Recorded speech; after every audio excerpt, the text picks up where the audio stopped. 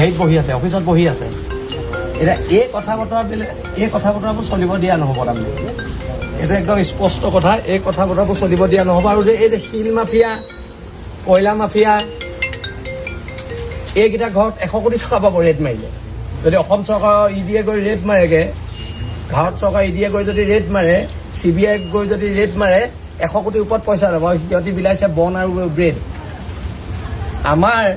আমাক চান্দাজীৱী বুলি কোৱা, আমাক ডকাইত বুলি কোৱা, আমাক গুণ্ডা বুলি কোৱা বীৰ লাচিত সেনাৰ এইটো আশ্ৰয় শিবিৰৰ পৰা এতিয়ালৈকে 1.5 লাখ 1 লাখৰ ওপৰত মানুহে আমাৰ হিচাপ নাই মানুহলৈ আমি ৰেচন পঠিয়াইছোঁ।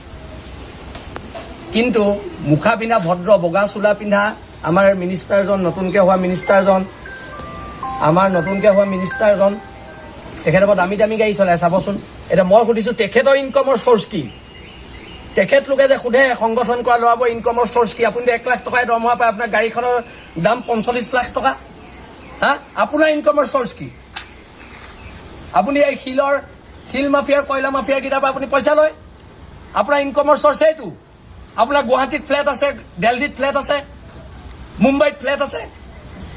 সিহঁতে আকৌ, মই অসমৰ জনগণক কৈ দিলোঁ, সিহঁতে আকৌ শিল আৰু কয়লা খান্দিব, কাৰণ সিহঁতৰ বাহিৰত ফ্লেট আছে। ইহঁতৰ ল'ৰা ছোৱালী ইয়াত নাথাকে, ল'ৰা ছোৱালী শিৱসাগৰ গছকিয়ে পোৱা নাই হপায়।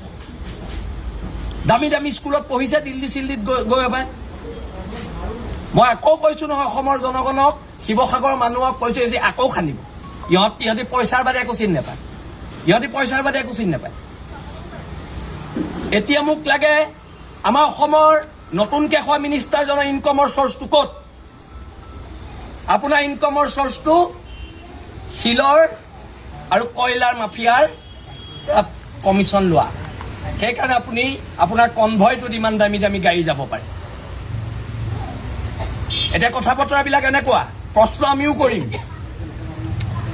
আজি চৰকাৰে আমাৰ ওপৰত NSA লগাই আমাক 6 মাহ 7 মাহ জেলত ভৰালে। এতিয়া প্ৰশ্নটো হৈ যায় শিল মাফিয়াকেইটাৰ ওপৰত NSA কেতিয়া লাগিব, কয়লা মাফিয়াকেইটাৰ ওপৰত NSA কেতিয়া লাগিব? কথা বতৰাবোৰ তাত। আৰু আপোনালোকেও, মই সংবাদ মাধ্যমকো ৰিকুৱেষ্ট কৰিছোঁ, আমাৰ নতুনকৈ হোৱা মিনিষ্টাৰজনক সুধিবচোন তেখেতৰ ইনকমৰ চ'ৰ্চটো ক'ত। মইতো মেকানিকৰ ল'ৰা, আমি গেৰেজ চলাই ডাঙৰ হৈছোঁ। আপুনি কি? আপুনি যে মিনিষ্টাৰ হোৱাৰ লগে লগে আপোনাৰ ইমান দামী দামী গাড়ী আহি গ'ল, কোনে দিলে আপোনাক গাড়ী? 1 মাহত আপুনি কি এনে ব্যৱসায় কৰিলে যে আপোনাৰ ইমান টকা ইনকম হ'ল? আৰু আপোনাৰ যিকেইটা পালি নেতা, গুণ্ডাকেইটা আপুনি পুহি ৰাখিছে, সিহঁতলৈ আমি ভয় নকৰোঁ। কৈ দিয়া হৈছে, কোনোবা দত্ত উপাধি এটা আছে, খুব দম্ভালি মৰা কথা কয়। এইবিলাক গুণ্ডামি নচলিব, হাত ভৰি আমাৰো আছে। কথা ইমানেই।